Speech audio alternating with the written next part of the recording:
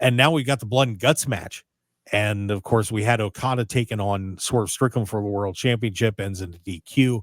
And now we have those two teams set up for the Blood and Guts match, which, for those that don't know, that is a double steel cage match that will be taking place, a 5-on-5 battle. And these teams are loaded. I mean, this could be just an absolute war with, the Elite and Hangman Adam Page. And I'm sorry, I don't have my rosters handy. Oh, that's terrible that I am totally blanking on. I had my article right here too. That had my list. There we go.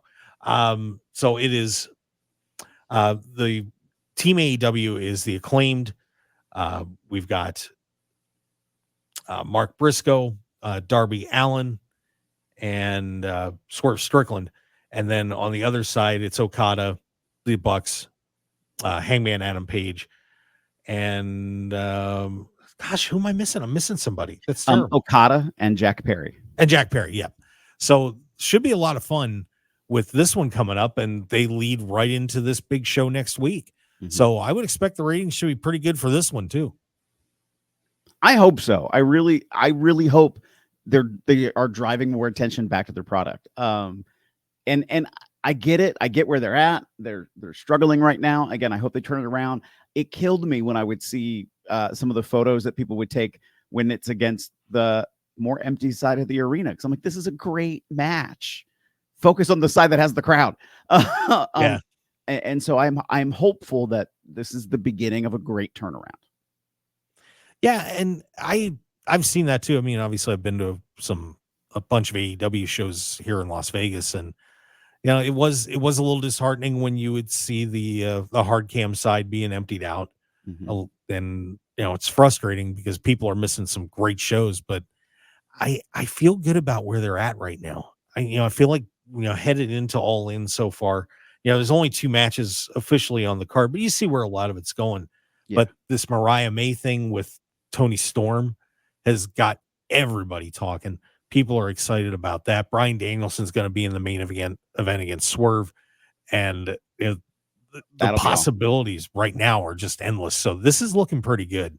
I feel like AEW has gotten back in a good position. Just keep everybody healthy. And You guys out there, stop trying to do too crazy stuff right now. Save it for a pay-per-view and think about what you're doing before you do it. And let's keep this roster clean. You have Darby Allin in this match. There's going to be insanity. Like you just know that something weird, wild, and wacky is going to happen. Oh God, what's he going to do now? I remember I interviewed him a little while back when they were here for Collision and over Super Bowl weekend, and he explained his routine about how he recovers from all this.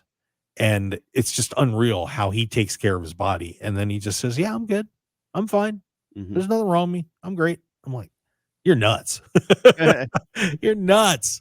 But I remember, when you had WWE versus ECW versus WCW, but I'm not talking about when they all came together under the WWE umbrella, when they were all separate entities. There was a lot more injuries because guys were like, I want to show that this is where I want to be. I want to showcase what I can do and what I can bring. So it gives me that next opportunity. And then once WWE sort of became the owner of everything, there was a message that was put out like, guys, calm down. You don't need to kill yourselves because we're losing out. We're losing you on the roster. You're injured. You're hurting yourself and your own prospects. Like, calm down a little bit.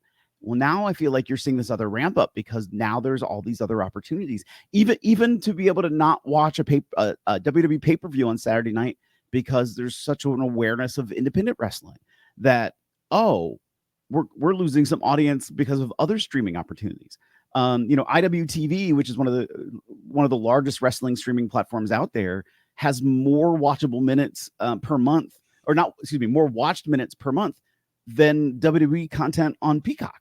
So it's interesting that just happens and that fans have found their way over to independent wrestling. I'm not saying that they're forgoing WWE or AEW or TNA, but the fact that there is just so much offering that's out there that people can dive into content-wise is just great. So there is a little bit of a need to like, how do I, hey, let me wave my hand a little bit and go like, how can I bring a little bit more attention to our product? Do you find out on the independent circuit that performers are trying to do too much out there to get noticed? I would say to a degree. I think in general terms, and this is not everybody, this is not every event, but I feel in independent wrestling, you see more of an athletic contest. I feel like you see more guys who are willing to try more stuff. There's the joke in wrestling that once you get up top in WWE, you develop your 5 moves of doom, and that's all you're kind of known for.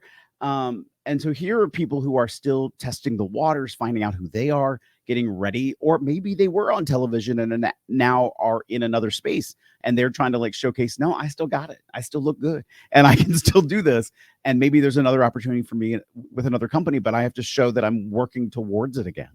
So I do feel like there is a more genuine effort in some cases. There are other cases that, don't get me wrong, there are some independent promotions out there that I wouldn't wish my worst enemy to watch.